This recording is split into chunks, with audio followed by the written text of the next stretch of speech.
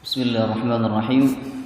الحمد لله رب العالمين، نحمده ونستعينه ونستغفره ونعوذ بالله من شرور أنفسنا وسيئات أعمالنا. من يهده الله فلا مضل له ومن يضلل فلا هادي له. أشهد أن لا إله إلا الله وحده لا شريك له، وأشهد أن محمدا عبده ورسوله لا نبي ولا رسول بعده. اللهم صل وسلم على نبينا محمد وعلى آله وصحبه وبارك وسلم أجمعين. قال الله تعالى وهو أصدق القائلين: أعوذ بالله من الشيطان الرجيم. يا أيها الذين آمنوا اتقوا الله حق تقاته ولا تموتن إلا وأنتم مسلمون. اللهم إنا نسألك علما نافعا ورزقا طيبا وعملا متقبلا.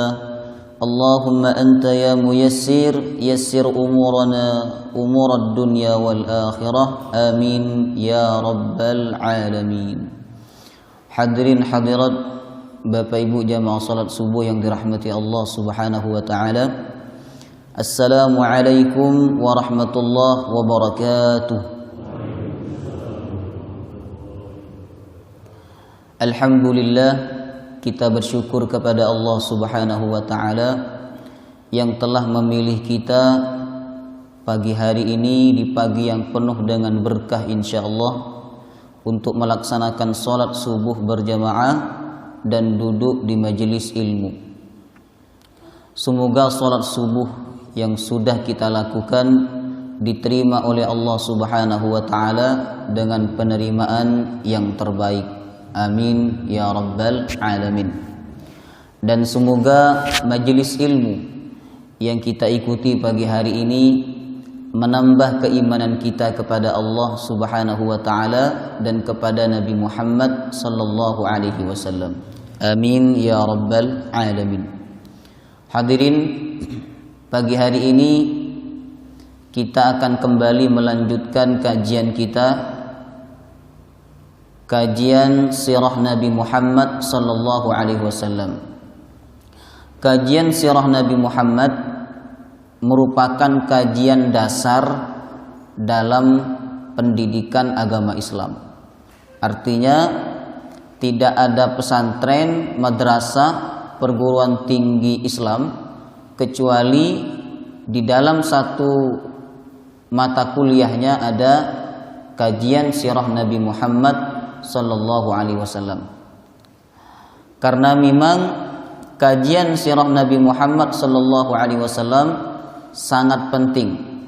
Bagaimana mungkin kita bisa mencontoh Rasulullah kalau kita tidak mengenal seperti apa sosok dan pribadi Rasulullah sallallahu alaihi wasallam. Oleh karena itu, pagi hari ini kita berkumpul untuk kembali melanjutkan kajian kita, kajian sirah Nabi Muhammad sallallahu alaihi wasallam. Dalam kajian sirah yang sudah beberapa kali pertemuan ini, saya sudah lupa sudah berapa kali pertemuan, kita sudah membahas fase pertama dalam kehidupan Rasulullah sallallahu alaihi wasallam. Dalam kajian sirah Bapak Ibu, ada 3 fase penting dalam kehidupan Rasulullah sallallahu alaihi wasallam. Fase yang pertama yaitu fase dari kelahiran sampai kenabian. Fase yang kedua dari kenabian sampai hijrah ke kota Madinah. Kemudian fase yang ketiga dari hijrah sampai wafat. Fase yang pertama sudah kita pelajari, mulai dari kelahiran sampai kenabian. Dari kelahiran kita sudah bahas masa kelahiran Rasulullah, kemudian masa penyusuan Rasulullah, kemudian masa kanak-kanak Rasulullah. Pertama masa kanak-kanak Rasulullah bersama Ibunda Aminah, Ini sudah kita bahas. Yang kedua, masa kanak-kanak Rasulullah bersama kakeknya Abdul Muttalib. Kemudian masa kanak-kanak Rasulullah bersama Abu Talib, paman beliau. Baik. Lalu kita juga sudah bahas masa remaja Rasulullah sallallahu alaihi wasallam yang dijaga oleh Allah dari sifat-sifat remaja pada umumnya. Kemudian setelah masa remaja kita sudah membahas pernikahan Rasulullah dengan ibunda Khadijah radhiyallahu anha. Setelah itu kita bahas tentang kontribusi atau keikutsertaan Rasulullah dalam renovasi Ka'bah. Ya, ini sudah kita bahas. Kemudian yang terakhir bulan kemarin kita sudah bahas tentang Rasulullah menyendiri di Gua Hira. Maka pagi hari ini kita masuk pembahasan pelantikan Muhammad sallallahu alaihi wasallam sebagai nabi. Artinya Bapak Ibu, kita masuk pembahasan yang sangat penting dalam kehidupan Rasulullah. Karena seluruh yang terjadi pada Nabi Muhammad sallallahu alaihi wasallam mulai masa ini akan menjadi hukum dan akan menjadi syariat. Berbeda ketika masa kelahiran sampai masa sebelum kenabian. Ya.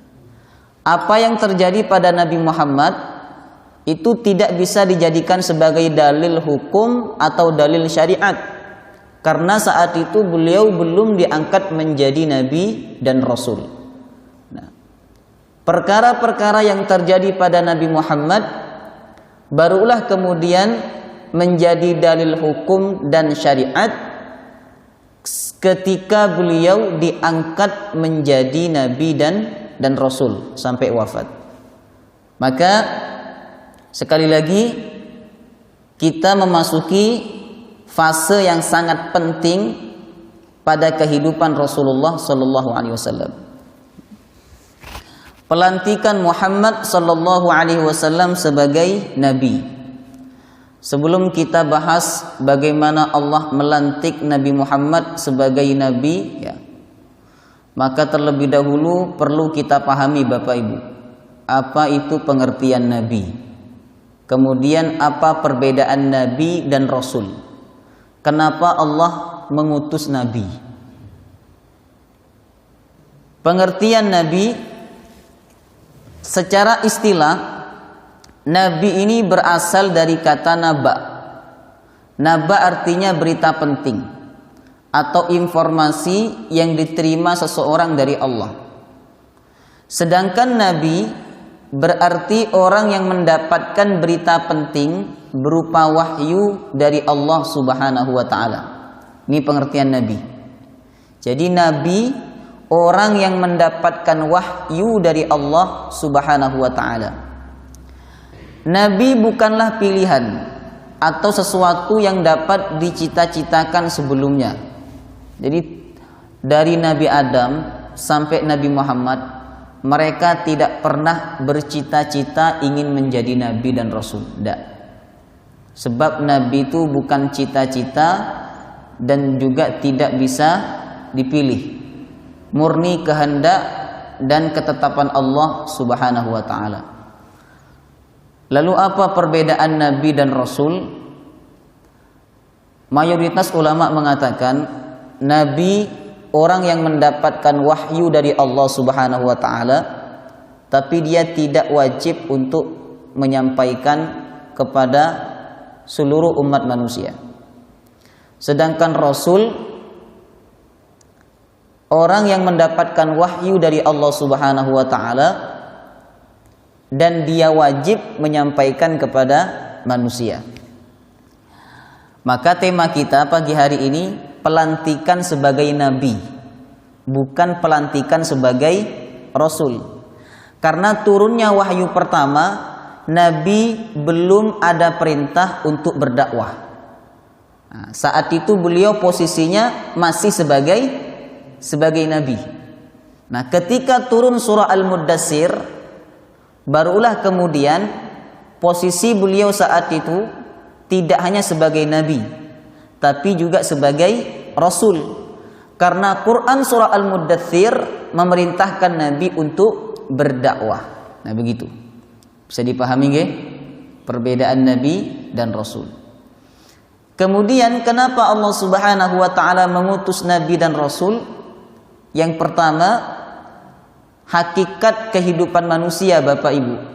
Sebenarnya dia yakin, sadar tentang adanya Tuhan. Nah, sadar tentang adanya Tuhan.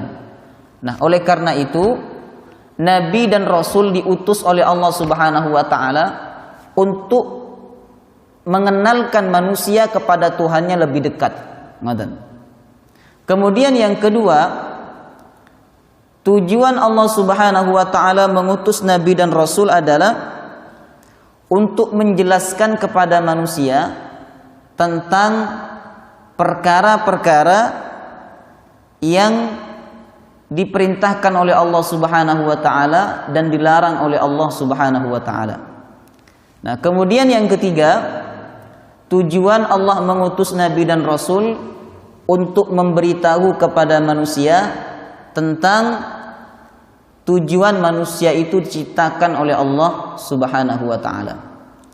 Baik, itu sekilas tentang nabi dan rasul. Nah, sekarang kita masuk peristiwa penting menjelang pelantikan kenabian Nabi Muhammad sallallahu alaihi wasallam. Ada dua peristiwa penting, Bapak Ibu. Ketika Rasulullah sallallahu alaihi wasallam memasuki usia 40, ya. Tanda-tanda kenabian itu sangat tampak dan sangat terang.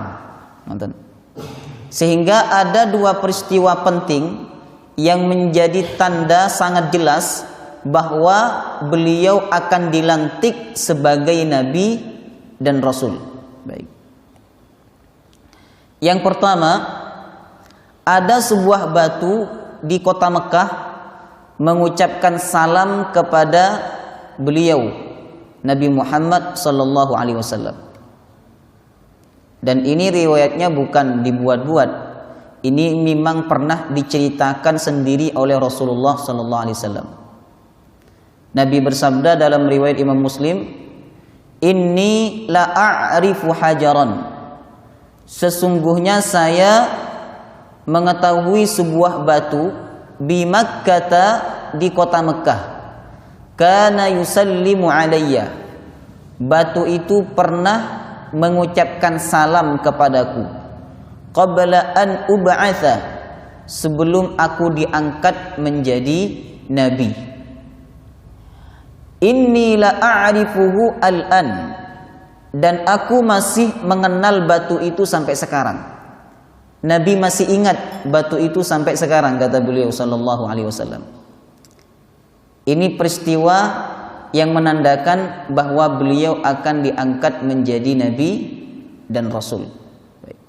Batu mengucapkan salam kepada Rasulullah SAW.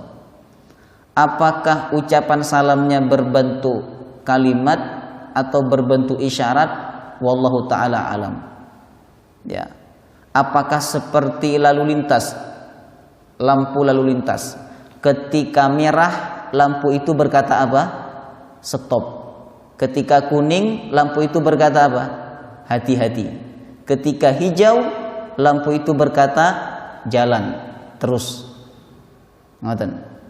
Wallahu ta'ala alam. Seperti apa ucapan salam batu kepada Rasulullah sallallahu alaihi wasallam. Tapi kita harus yakin, karena hadis ini disebutkan dalam riwayat Imam Muslim. Kemudian Bapak Ibu, hadis ini menunjukkan bahwa benda-benda yang tidak bernyawa sebenarnya mereka juga memiliki perasaan. Ya. Allah berfirman, "Lau anzalna hadzal Qur'ana 'ala jabalin la ra'aitahu khashi'an mutasaddian." seandainya kami turunkan Al-Quran ini kepada gunung, maka engkau akan melihat gunung itu hancur karena takut kepada Allah Subhanahu wa ta'ala. Kemudian di sisi lain Rasulullah Shallallahu Alaihi Wasallam tidak hanya di dalam hadis ini, banyak hadis-hadis lain menyebutkan bahwa beliau pernah beberapa kali memang berdialog dengan benda-benda yang tidak bernyawa. Seperti Nabi pernah berdialog dengan kota Mekah sendiri ya. Nabi pernah berdialog. Kata Nabi, sungguh aku sangat mencintai engkau wahai kota Mekah. Seandainya saya tidak diperintahkan oleh Allah untuk hijrah, maka saya tidak akan keluar darimu, kata Nabi sallallahu alaihi wasallam. Kemudian Nabi dalam hadis yang sahih, beliau pernah berdialog dengan Gunung Uhud ya.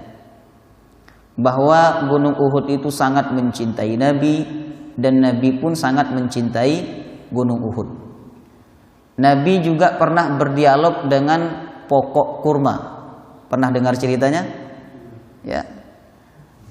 Batang kurma itu menangis karena tidak lagi dipakai oleh Rasulullah sebagai tongkat saat beliau khutbah. Menangis dia. Maka Rasulullah SAW kemudian menemui dan memegang pokok kurma itu dan Nabi berkata, kamu mau menjadi pohon kurma di dunia ataukah pohon kurma di surga bersamaku, kata Rasulullah SAW. Maka ini dalil Bapak Ibu, begitu Rasulullah SAW sangat sayang tidak hanya kepada manusia, tidak hanya kepada binatang, tapi kepada semua ciptaan Allah Subhanahu wa ta'ala. Kemudian yang kedua, mimpi tanda kenabian, ar-ru'yah as-sadiqah, mimpi yang benar, dan itu terjadi selama 6 bulan sebelum pelantikan kenabian. Kata Ibnu Hajar, beliau menyebutkan bahwa mimpi tersebut terjadi di tahun pertama ketika Rasulullah berumur 40 tahun ya. Mulai bulan Rabiul Awal, Nabi kan lahirnya bulan Rabiul Awal, maka umur 40 tahun beliau tibanya di bulan Rabiul Awal. Nah, kata Ibnu Hajar, mimpi yang benar itu terjadi selama 6 bulan dimulai dari bulan Rabiul Awal. Coba kita hitung. Rabiul Awal, apa lagi? Rabiul Tsani atau Rabiul Akhir. Jumadil Awal, Jumadil Akhir. Apa lagi? Rajab, satu lagi. Sya'ban. Ramadan, Allah lantik Nabi sebagai Nabi dan Rasul.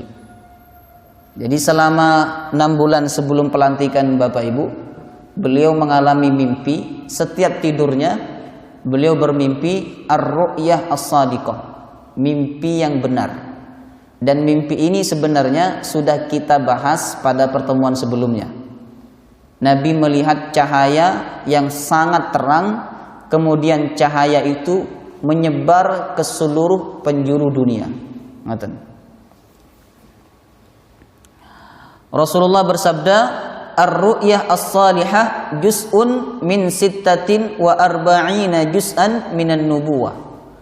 Mimpi yang benar salah satu dari 46 tanda kenabian.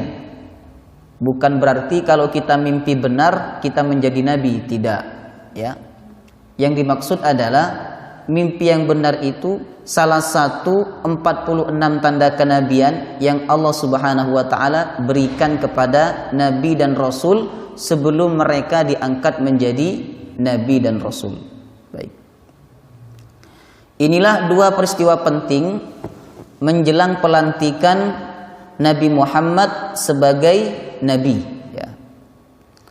Sekarang kita masuk pelantikan beliau sebagai nabi. Ketika beliau berusia 40 tahun, 6 bulan 12 hari. Karena tadi mimpinya dimulai dari bulan Rabiul Awal sampai bulan apa? Sampai bulan Sya'ban, 6 bulan, ya. Nah, ketika usia beliau 40 tahun, 6 bulan, 12 hari menurut kalender Hijriyah, ya. Atau sekitar 39 tahun, 3 bulan, 20 hari menurut kalender Masehi.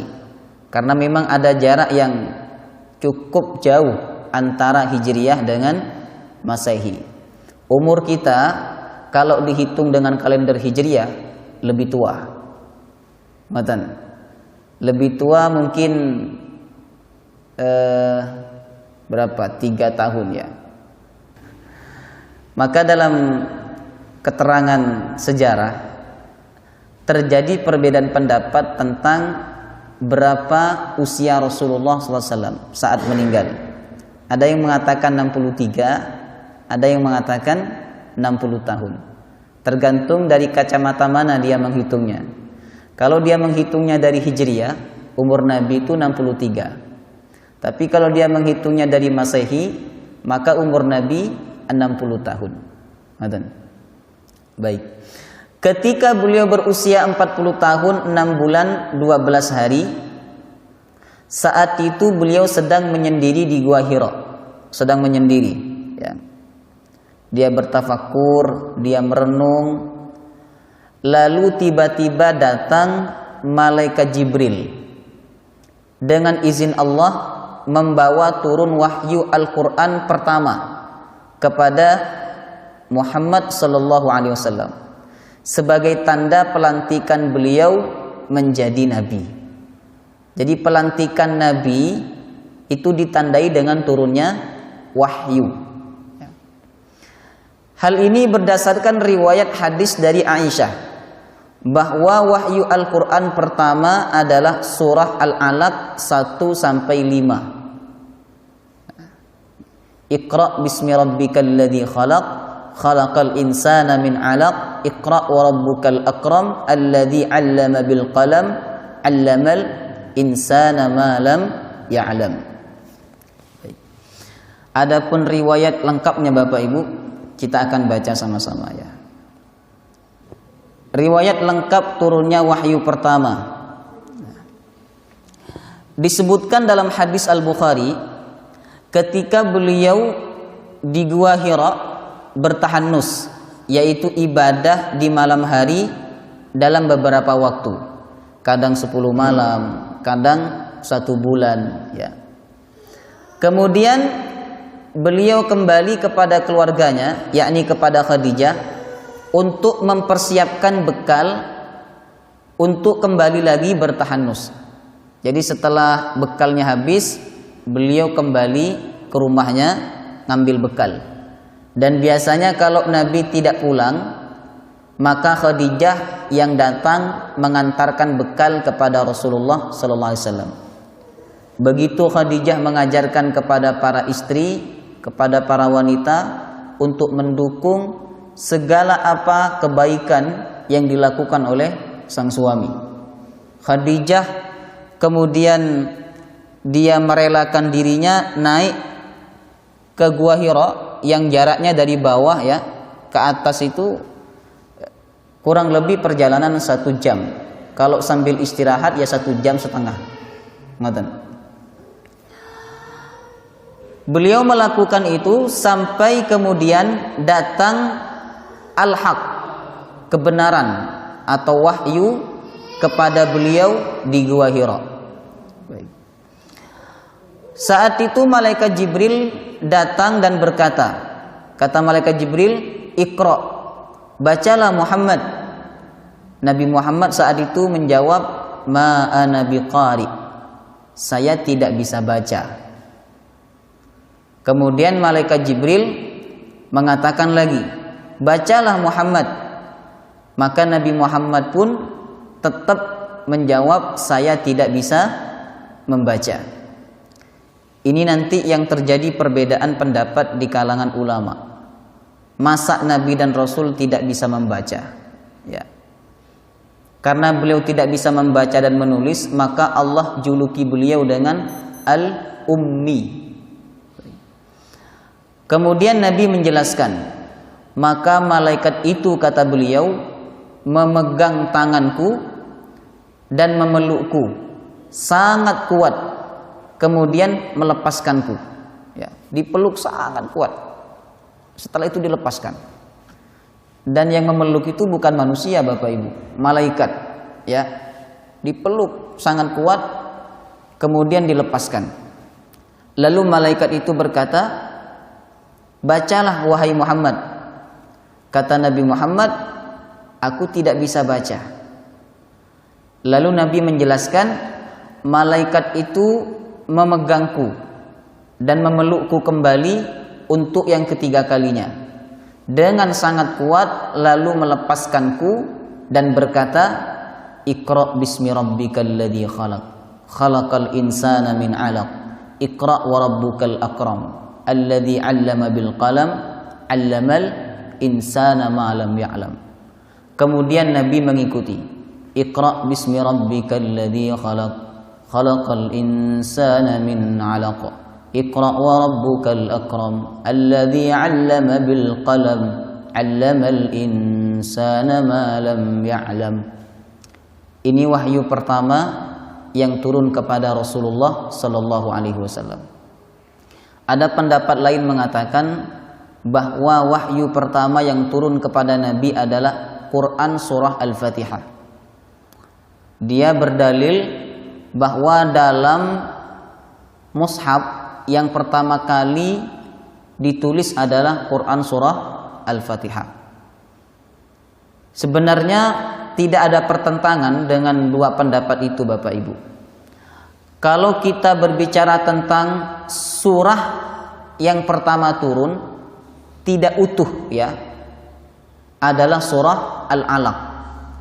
Sedangkan apabila kita berbicara tentang surah yang pertama kali turun dan utuh, lengkap 1 sampai akhir, maka jawabannya surah Al-Fatihah. Ngoten. Ustadz, kenapa surah Al-Alaq ini 1 sampai 5 tidak Allah tempatkan di awal Al-Quran, padahal dia wahyu yang pertama kali turun?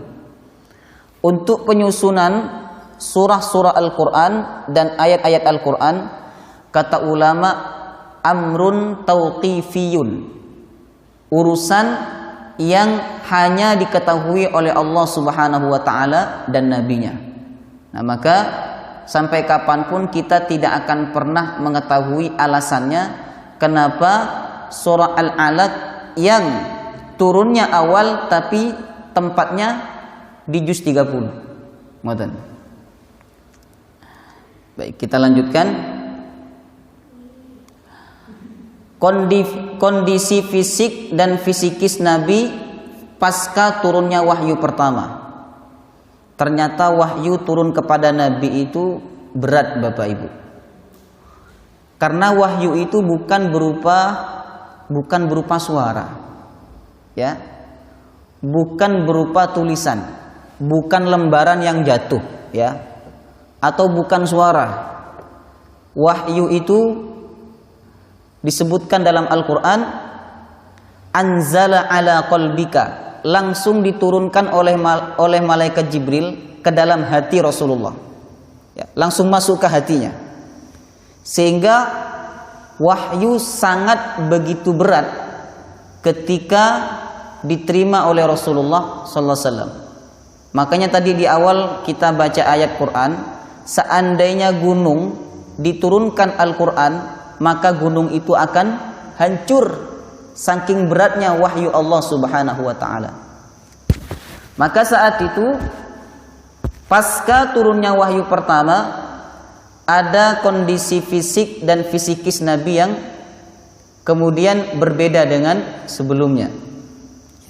Setelah menerima wahyu pertama di Gua Hira, beliau mengalami kedinginan, dingin beliau, disertai hati gemetar dan ketakutan. Kenapa Nabi takut? Karena beliau belum sangat yakin bahwa yang datang itu adalah malaikat Jibril. Nah, sebenarnya Allah Subhanahu wa taala kuasa untuk membuat hati Nabi Muhammad tidak takut, tenang, tentram. Tapi ada hikmah yang ingin Allah tunjukkan nanti, ya. Beliau pun kembali ke rumah Khadijah. Di tengah perjalanan pulang, ada suara yang memanggil Nabi Muhammad. Suara itu dari atas antara langit dan bumi. Kemudian suara itu berkata, Muhammad, engkau adalah utusan Allah dan aku adalah malaikat Jibril. Ngaten.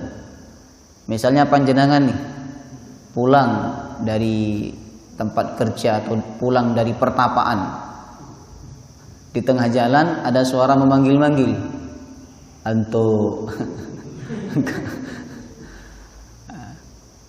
Ada perasaan takut dalam hati kita, karena mungkin kita mengira bahwa suara itu adalah suara jin, ya, atau suara setan. Kita ragu dengan suara itu. Nah, sehingga dikatakan dalam keterangan ini, Nabi semakin bertambah gemetar. Beliau bertambah takut. Akhirnya beliau cepat-cepat pulang ke rumah Khadijah. Sebagaimana yang disebutkan dalam hadis riwayat Aisyah berikut ini. Beliau pulang dalam kondisi gemetar, ya, dan bergegas hingga masuk ke rumah Khadijah. Kemudian Nabi berkata kepada istrinya, kepada Khadijah, Zammiluni, zammiluni, selimuti aku, selimuti aku. 2 kali Nabi menyebutkan itu. Wahai istriku, selimuti aku, selimuti aku. Maka Khadijah tanpa banyak bertanya mengambil selimut, kemudian diberikan kepada Rasulullah Sallallahu Alaihi Wasallam. Baik. Setelah ada pendapat ulama, sebenarnya yang disebut dengan selimuti aku ini bukan diambilkan kain, bukan. Tapi Nabi Muhammad minta untuk dipeluk. Ya. Ada pendapat yang mengatakan demikian. Ada yang mengatakan dua-duanya. Nabi diselimuti, kemudian dirangkul oleh Khadijah radhiyallahu anha. Kemudian ketika rasa takutnya sudah mulai hilang, rasa cemas, rasa khawatirnya sudah mulai hilang, maka kemudian Nabi bertanya kepada Khadijah. Apa kata Nabi? Ya Khadijah, mali. Wahai Khadijah, apa yang sebenarnya terjadi kepadaku? Lalu Nabi menceritakan kejadian yang beliau alami. Kemudian beliau mengatakan, jadi Nabi menceritakan saat aku sedang sendiri di Gua Hira, tiba-tiba ada makhluk yang datang memelukku dan dia memerintahkan aku untuk membaca. Nah, kemudian Nabi saat itu khawatir. Apa kekhawatiran beliau? Ini disebutkan dalam hadis riwayat Imam Al-Bukhari, ya. Jangan-jangan yang datang kepadaku adalah makhluk jin. Khawatir beliau. Karena sendiri di Gua Hira, ya gelap, tiba-tiba ada sosok makhluk yang memeluk beliau dan memerintahkan beliau untuk membaca. Iqra ya Muhammad, Iqra bismi rabbikal ladzi khalaq, khalaqal insana min 'alaq. Ketika suaminya khawatir, perhatikan khususnya untuk ibu-ibu ini. Maka Khadijah mengatakan, sekali-kali jangan takut wahai suamiku, kata Khadijah. Demi Allah, dia tidak akan menghinakanmu selama-lamanya. Sungguh engkau adalah orang yang menyambung tali silaturahim, pemikul beban orang lain yang susah, pemberi orang yang miskin, penjamu tamu, serta penolong orang yang menegakkan kebenaran. Masya Allah. Ini sikap istri yang baik dan bijaksana. Ketika suaminya cemas, ketika suaminya takut, bukan ditambah semakin takut, tapi berusaha mengucapkan kalimat-kalimat membesarkan hati suaminya sehingga rasa takutnya hilang. Setelah itu Khadijah pergi bersama Nabi menemui pamannya Khadijah yang bernama Waraqah bin Naufal. Ia adalah saudara dari ayahnya Khadijah. Waraqah telah memeluk agama Nasrani sejak zaman jahiliyah. Ia pandai menulis Alkitab dalam bahasa Arab. Maka disalinnya kitab Injil dalam bahasa Arab. Seberapa yang dikehendaki oleh Allah Subhanahu wa taala untuk dapat ditulis. Namun usianya ketika itu telah lanjut usia dan matanya telah buta. Baik. Artinya Waraqah adalah orang yang ahli Injil, hafal kitab Injil. Dan di dalam kitab Injil itu disebutkan tentang tanda-tanda kenabian, Bapak Ibu. Kemudian Khadijah berkata kepada Waraqah, "Wahai paman, dengarkan kabar dari anak saudaramu ini." Yang dimaksud adalah Nabi Muhammad sallallahu alaihi wasallam. Waraqah berkata, jadi Nabi Muhammad diminta oleh Khadijah untuk menceritakan, ya. Kemudian Waraqah berkata kepada Nabi Muhammad, "Wahai anak saudaraku, apa yang terjadi di atas dirimu? Apa yang terjadi atas dirimu?" Kemudian Nabi pun menceritakan kepadanya apa yang dialami oleh beliau. Diceritakan, ya, bahwa beliau sedang menyendiri di Gua Hira, didatangi makhluk, lalu makhluk itu berkata, "Iqra bismi rabbikal ladzi khalaq," dan seterusnya.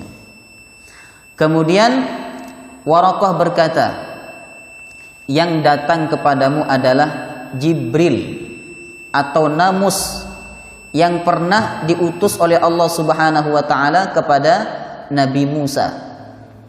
Kemudian Waraqah berkata, "Seandainya saya masih hidup ketika kamu diusir oleh kaummu." Kemudian Nabi Shallallahu Alaihi Wasallam bertanya, "Apakah mereka akan mengusirku?" Waraqah menjawab, "Iya, betul. Tidak ada seorang pun yang diberi wahyu seperti engkau kecuali pasti akan dimusuhi oleh banyak orang." Risiko, Bapak Ibu, kalau kita berdakwah, siap-siap akan banyak orang yang memusuhi kita. Tapi kalau kita hanya sholat, puasa, zikir, baca Quran, diam di rumah, tidak ada orang yang memusuhi kita. Kalaupun ada, sedikit. Tapi apabila kita keluar rumah, kita menegakkan kalimat Allah, amar ma'ruf nahi mungkar, maka kita harus tahu risikonya, yaitu banyak orang yang akan membenci kita. Ini fitrah dan sunnah Allah Subhanahu wa taala kepada para pendakwah. Kemudian kata Waraqah, "Jika aku masih mendapati hari itu, hari di mana engkau diusir, niscaya aku akan menolongmu sekuat-kuatnya." Tidak berapa lama kemudian Waraqah meninggal dunia. Ini jelas, Bapak Ibu, bahwa orang yang pertama kali beriman kepada Nabi Muhammad itu siapa? Waraqah bin Naufal, bukan Khadijah. Khadijah masih belum tahu bahwa yang datang kepada Nabi itu adalah malaikat Jibril. Nah, sehingga kita dapat simpulkan bahwa orang yang pertama kali beriman, percaya kepada Nabi Muhammad adalah Waraqah bin Naufal. Perasaan khawatir dan ragu masih tersisa. Jadi, walaupun Khadijah dan Waraqah telah meyakinkan Nabi Muhammad bahwa yang datang kepada beliau malaikat Jibril membawa wahyu dari Allah Subhanahu wa taala, akan tetapi keraguan dan kekhawatiran itu masih belum terkikis sepenuhnya dari hati Nabi Muhammad sallallahu alaihi wasallam. Ya. Masih ada sedikit keraguan dan ketakutan pada diri Nabi Muhammad sallallahu alaihi wasallam. Walaupun sudah dijelaskan oleh Khadijah, walaupun juga sudah disempurnakan penjelasan itu oleh Waraqah bin Naufal. Khadijah berkata bahwa yang datang kepada Nabi Muhammad itu adalah makhluk yang baik. Itu pasti pertanda baik, kata Khadijah. Sedangkan Waraqah menjelaskan bahwa yang datang kepada Nabi Muhammad adalah malaikat Jibril.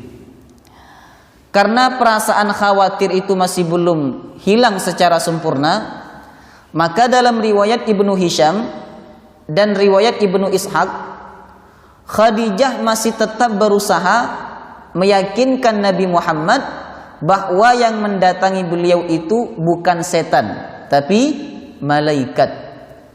Nah, kemudian Khadijah berkata kepada Nabi Muhammad, meminta kepada beliau untuk memberitahunya jika malaikat Jibril datang mengunjungi beliau.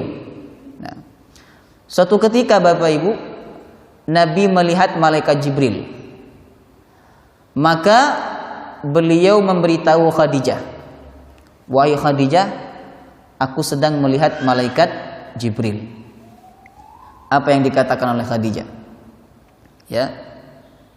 Saat itu Khadijah meminta Nabi duduk di paha kanannya.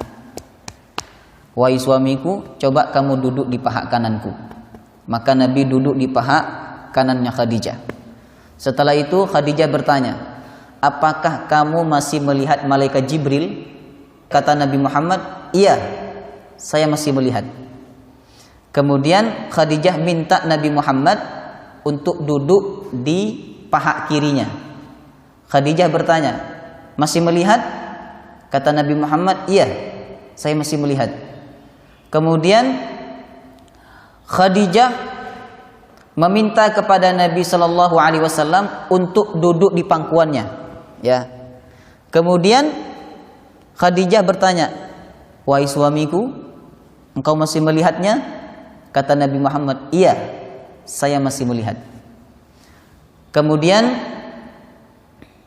Khadijah setelah itu Bapak Ibu, mohon maaf, membuka auratnya, ya.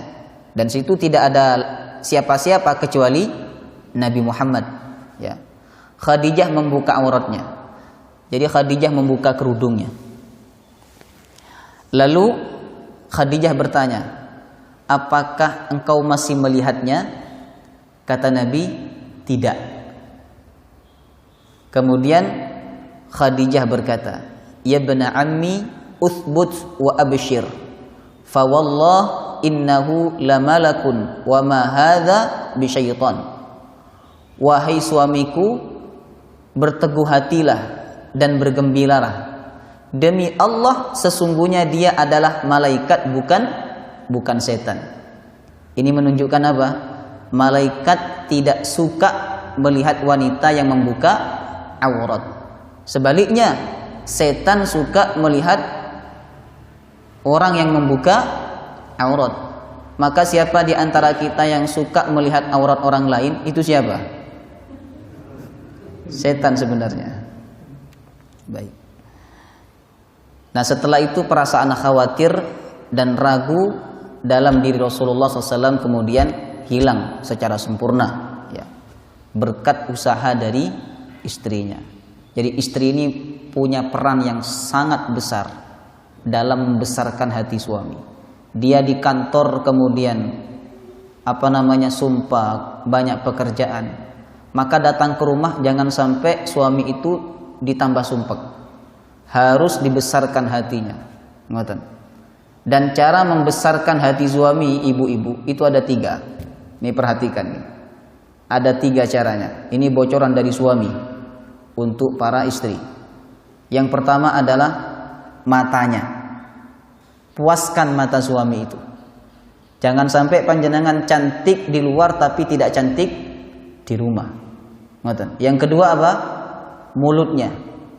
Masak dengan masakan yang sempurna untuk suami. Ngoten. Jangan sampai suami itu lebih senang makan di luar dibandingkan makan di rumah. Kemudian yang ketiga, mohon maaf, apa yang ada di bawah perut.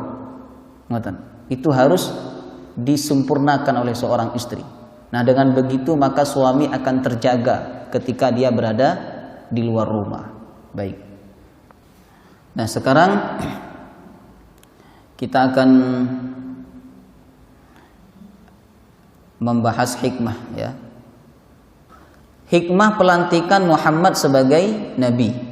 Yang pertama, ucapan salam benda-benda seperti batu mengandung makna bahwa alam raya menantikan kedatangan beliau yang merupakan rahmatan lil alamin.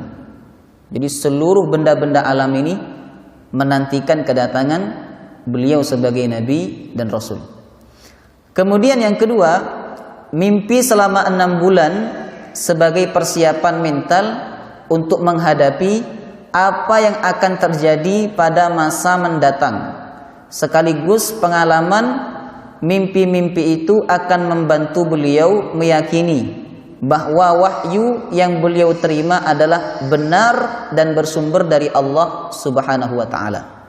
Nah, kemudian yang ketiga, munculnya dan terlihatnya malaikat Jibril di hadapan Rasulullah, lalu kemudian memeluk Nabi dengan sangat kuat, dan malaikat itu berkata, bacalah. Hal ini menegaskan bahwa wahyu bukanlah hasil rekayasa dan khayalan yang bersumber dari diri Nabi Muhammad SAW, melainkan kebenaran yang bersumber dari luar. Ngoten. Makanya Allah buat Nabi itu takut, Bapak Ibu. Allah datangkan malaikat Jibril. Sebenarnya Allah mudah saja langsung menurunkan kepada Nabi Muhammad. Tapi Allah utus malaikat Jibril, dan saat itu malaikat Jibril menjelma menjadi sosok manusia yang memeluk Rasulullah Sallallahu Alaihi Wasallam. Tujuannya apa? Supaya tidak ada persepsi bahwa Al-Quran itu hasil inspirasi Nabi Muhammad setelah sekian lama dia menyendiri di Gua Hira. Ngoten. Maka dengan ini batallah tuduhan orang-orang orientalis yang mengatakan bahwa wahyu Al-Quran itu hasil angan-angan, khayalan dan inspirasi atau intuisi Nabi Muhammad sallallahu alaihi wasallam. Kemudian yang keempat, timbulnya rasa takut dan cemas pada diri Nabi ketika mendengar dan melihat Jibril sampai beliau memutuskan menyendirinya, merupakan suatu bukti yang nyata bahwa Nabi tidak pernah sama sekali merindukan atau merencanakan risalah yang dibebankan kepada beliau. Kalau sesuatu itu direncanakan, tidak akan mungkin ada perasaan takut, Bapak Ibu. Ini bukti bahwa Nabi tidak pernah merencanakan bahwa dirinya akan mendapatkan wahyu dari Allah Subhanahu wa taala. Kemudian istri yang baik dan bijaksana akan berusaha menghibur kecemasan suaminya, bukan justru sebaliknya semakin menambah kecemasan suaminya. Baik. Kemudian yang berikutnya adalah setan sangat senang kepada siapapun yang membuka aurat, sedangkan malaikat akan menjauh darinya ketika ia membuka aurat. Baik. Kemudian yang terakhir, perintah bacalah menunjukkan sangat pentingnya membaca sebagai sarana utama dalam meraih kesuksesan dan keselamatan dunia akhirat. Wallahu ta'ala a'lam bissawab.